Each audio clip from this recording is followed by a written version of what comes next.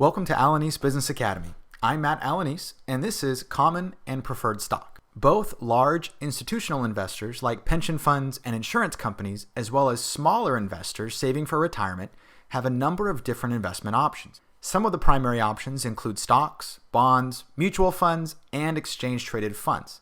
For an explanation on bonds and mutual funds, access their respective links above or go to the Alanis Business Academy channel page and select the playlist labeled Personal Finance. In this video, we're going to focus on the characteristics of two different types of stock, common stock and preferred stock.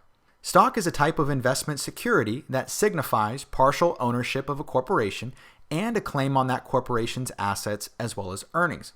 So why does a corporation issue stock? Well, stock is a form of equity financing, which allows a corporation access to potentially large amounts of money during initial as well as secondary public offerings. The corporation must first determine how much money it wants to raise. Then the corporation, with the help of an investment bank, will establish what percentage of ownership it must give up to obtain the investment that it is seeking. This chunk of ownership is then sliced into individual shares and sold for a price set by the corporation and its investment bank. Each share, of course, representing fractional ownership in the corporation.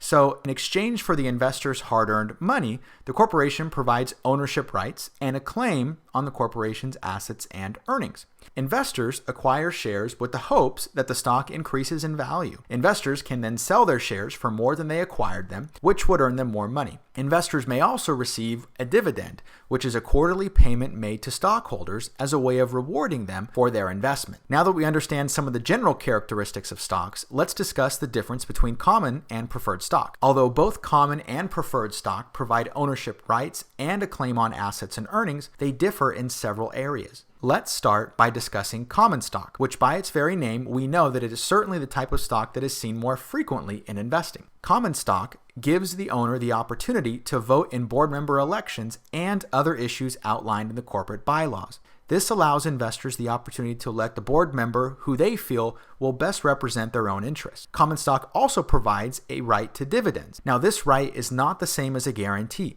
so a corporation is under no obligation to pay a dividend. However, if a corporation authorizes a dividend, then shareholders have a right to that dividend, assuming, of course, they own it by the dividend cutoff date. In addition to the right to dividends, common stockholders also have the right to capital gains. Once again, though, this right is not a guarantee, and stockholders may even lose their investment, which makes stocks a riskier investment. Some corporations may even provide certain shareholders with preemptive rights, which grant shareholders the opportunity to purchase additional shares if the corporation decides to sell shares to the public. This prevents current shareholders' ownership from being diluted, since they would have the same number of shares, but more shares would be outstanding after the secondary offering. Typically, preemptive rights are only granted to large shareholders who have invested a significant amount of money in a corporation. Now that we've outlined the different characteristics of common stock, let's discuss preferred stock. Preferred stock is a type of security that grants the holder preference over common stockholders in certain areas. Although both securities provide owners with a claim on assets and earnings, the claim of preferred stockholders is given priority to that of common stockholders. For example, let's say that a corporation enters into bankruptcy protection and is forced to liquidate its assets to pay its creditors. The first parties to be compensated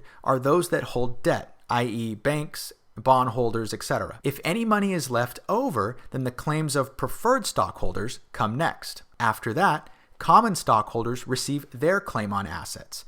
As a result, the likelihood of common stockholders receiving anything for their investment is very small, considering that several parties' claim on assets precedes their own. In addition to a preceding claim on assets, preferred stockholders are also given preference with regards to dividend payments. Like common stockholders, preferred stockholders are not guaranteed a dividend, but must be paid a dividend in the event that the corporation grants a dividend to common stockholders. Also, a dividend to preferred stockholders tends to be a fixed amount, while a dividend for common stockholders may fluctuate. Because preferred stockholders are given preference over common stockholders in these areas, the price of acquiring a share of preferred stock is more expensive. Also, preferred stockholders don't receive voting rights, meaning they can't vote in board member elections or other matters as outlined in the corporate bylaws. Lastly, opportunities to purchase preferred stock are also more difficult to come by.